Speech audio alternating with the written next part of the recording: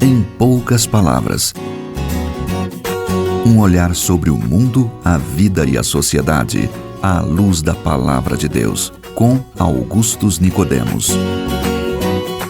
Olá, ouvintes, que bom, estamos de volta em mais um programa Em Poucas Palavras, aqui nesta emissora. Com prazer, estou eu aqui, Natsan Matias, apresentador do programa, juntamente com o pastor Augustus Nicodemos. Olá, Natsan, e você que nos ouve, é uma alegria voltar aí ao seu receptor e contar com a sua audiência.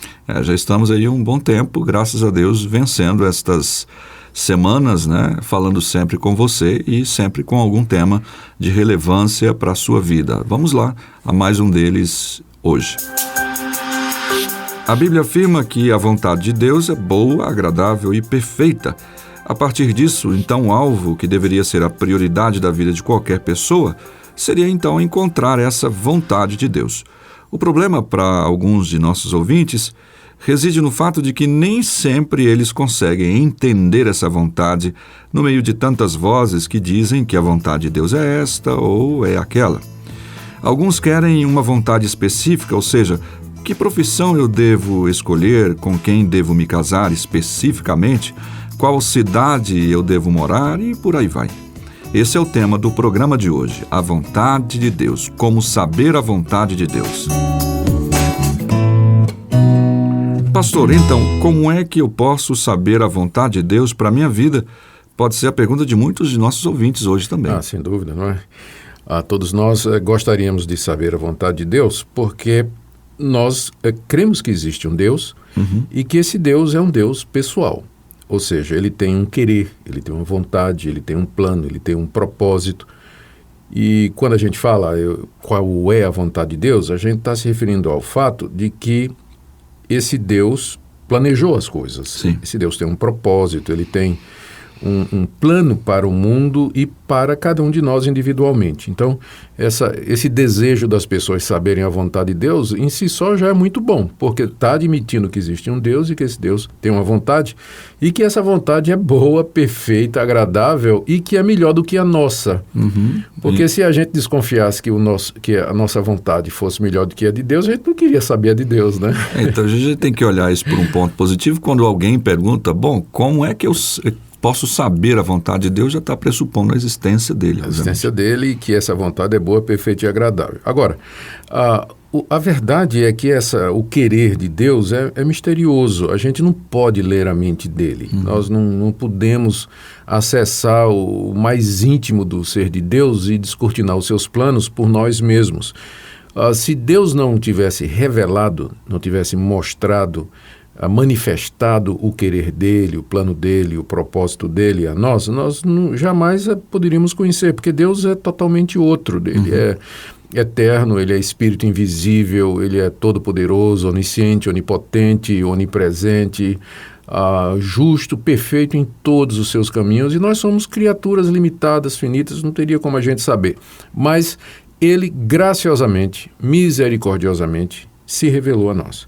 E essa revelação, ela foi dada primeiro a um povo oriental, que hoje, já faz muito tempo, a gente conhece com o nome de Israel, não é? Que são os filhos de um nômade chamado Abraão. Deus escolheu aquele povo, se revelou àquele povo, disse quem ele era, disse o seu nome àquele povo. Deu um propósito. Deu uma missão, fez promessas, e entre essas promessas, a mais importante delas é que daquela nação viria alguém que seria o Salvador do mundo. Nos salvaria dos nossos pecados e das nossas transgressões e do castigo que nós merecemos.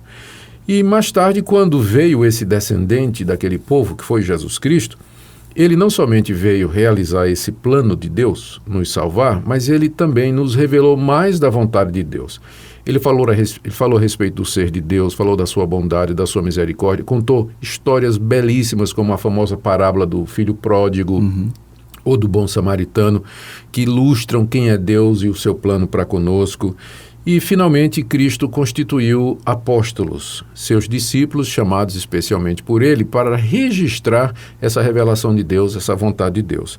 Então, Nathan, eu diria a alguém que está querendo saber a vontade de Deus, que essa vontade está primariamente, principalmente, primordialmente revelada na Bíblia. No Antigo Testamento, na história do povo hebreu, e no Novo Testamento, a vinda de Cristo Jesus, a sua obra e a sua ressurreição. Agora, só que você não vai encontrar na Bíblia uma revelação específica de Deus sobre a cor da camisa que você tem que usar hoje, no dia de hoje. O que você vai encontrar é a revelação do caráter de Deus, do seu plano, da sua vontade em geral. Por exemplo, lendo a Bíblia e vendo as histórias do Antigo Testamento, lendo os estudos, aliás, os ensinos de Jesus e os escritos dos apóstolos, eu percebo que a vontade de Deus é que eu seja honesto. No Antigo Testamento está dito, não furtarás. Está claro isso. Está claro isso. E o Senhor Jesus Cristo, ele falou a respeito da necessidade de nós sermos honestos, sermos justos com as pessoas, não defraudarmos ninguém. E os discípulos de Jesus, os apóstolos, eles também insistiram. O apóstolo Paulo disse que a gente não furtasse mais, mas que a gente trabalhasse com as mãos fazendo o que é bom. Em que é que isso me ajuda? Vamos supor, o jovem acabou o curso universitário dele, está no mercado de trabalho e aparece 2, 3 empregos para ele, algumas oportunidades para ele. Só que uma delas, talvez até mais rentável, envolveria a desonestidade. É um tipo de emprego e existe isso aí, algumas atividades que são ilícitas, em que você vai estar fazendo alguma coisa que, na verdade, você está enganando alguém para tirar proveito dele e ganhar o dinheiro dele.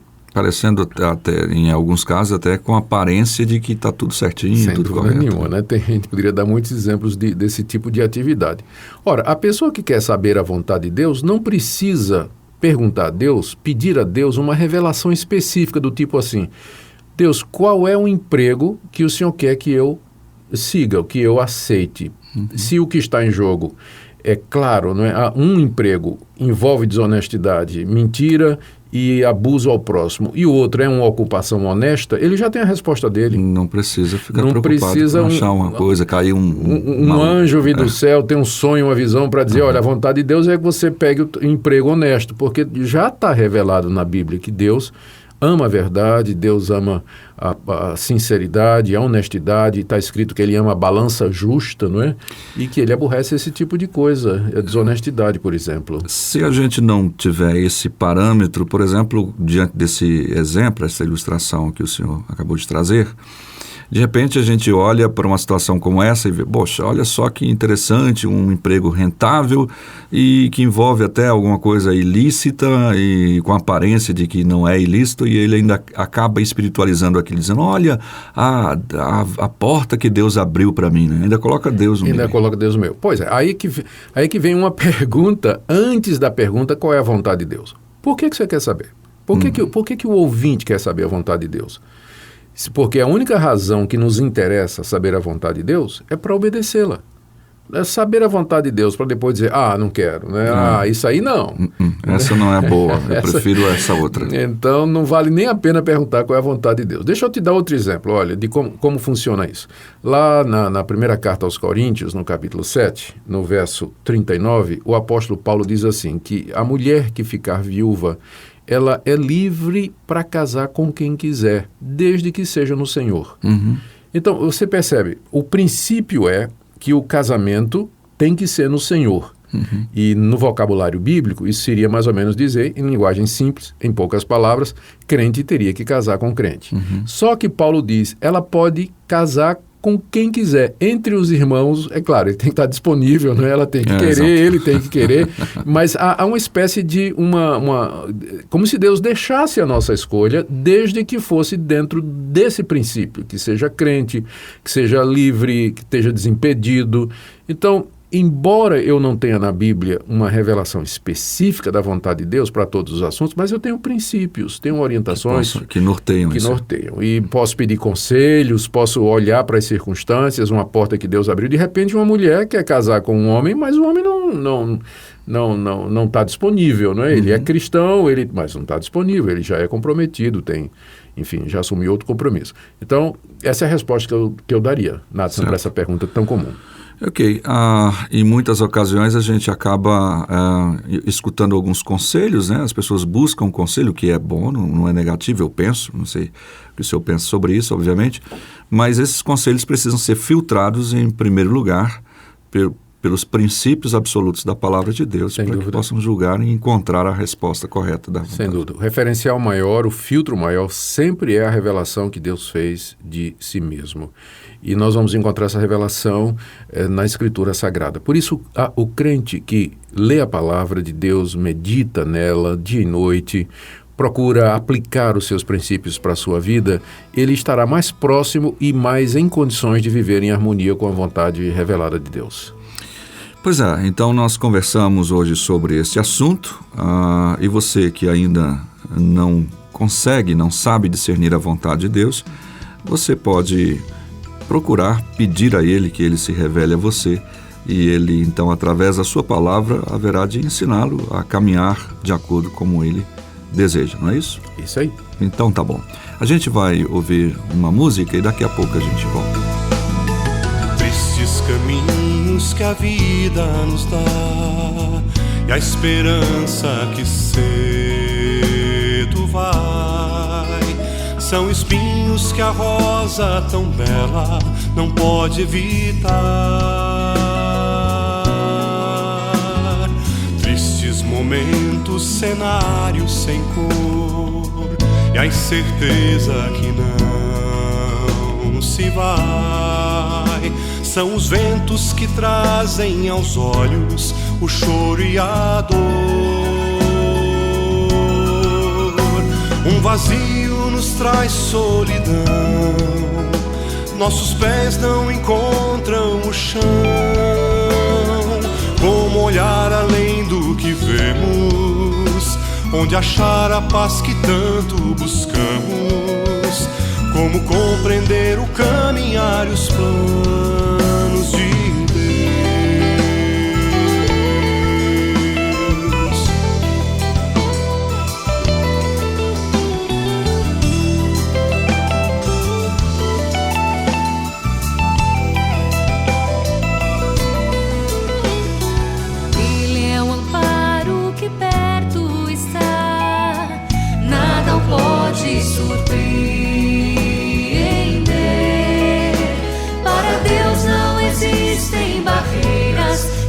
possam frustrar.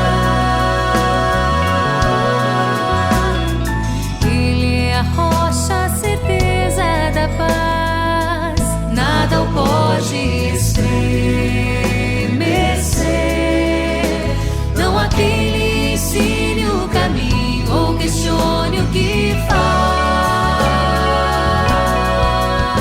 Sua presença... Bem, estamos chegando ao final de mais um programa Em Poucas Palavras, e aqui nós conversamos hoje sobre a vontade de Deus. O nosso e-mail está à sua disposição, lembre-se dele, empoukaspalavras@terra.com.br. Pastor Augustus.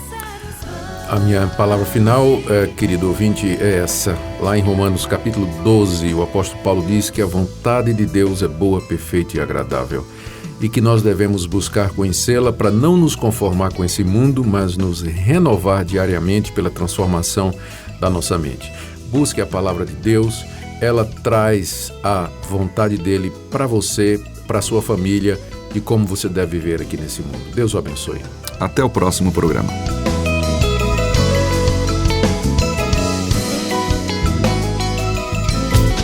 Se você deseja saber mais sobre esse e outros assuntos à luz da Palavra de Deus, domingo às 9 da manhã ou às 7 da noite. Será um prazer conhecê-lo pessoalmente. Primeira Igreja Presbiteriana de Goiânia, Rua 68, esquina com 71 Centro. Fone 3213-3320 www.pipg.org. Em poucas palavras, um olhar sobre o mundo, a vida e a sociedade, à luz da Palavra de Deus. Apresentação Nadson Matias. Comentário Augustus Nicodemos. Um programa da Primeira Igreja Presbiteriana de Goiânia, Rua 68,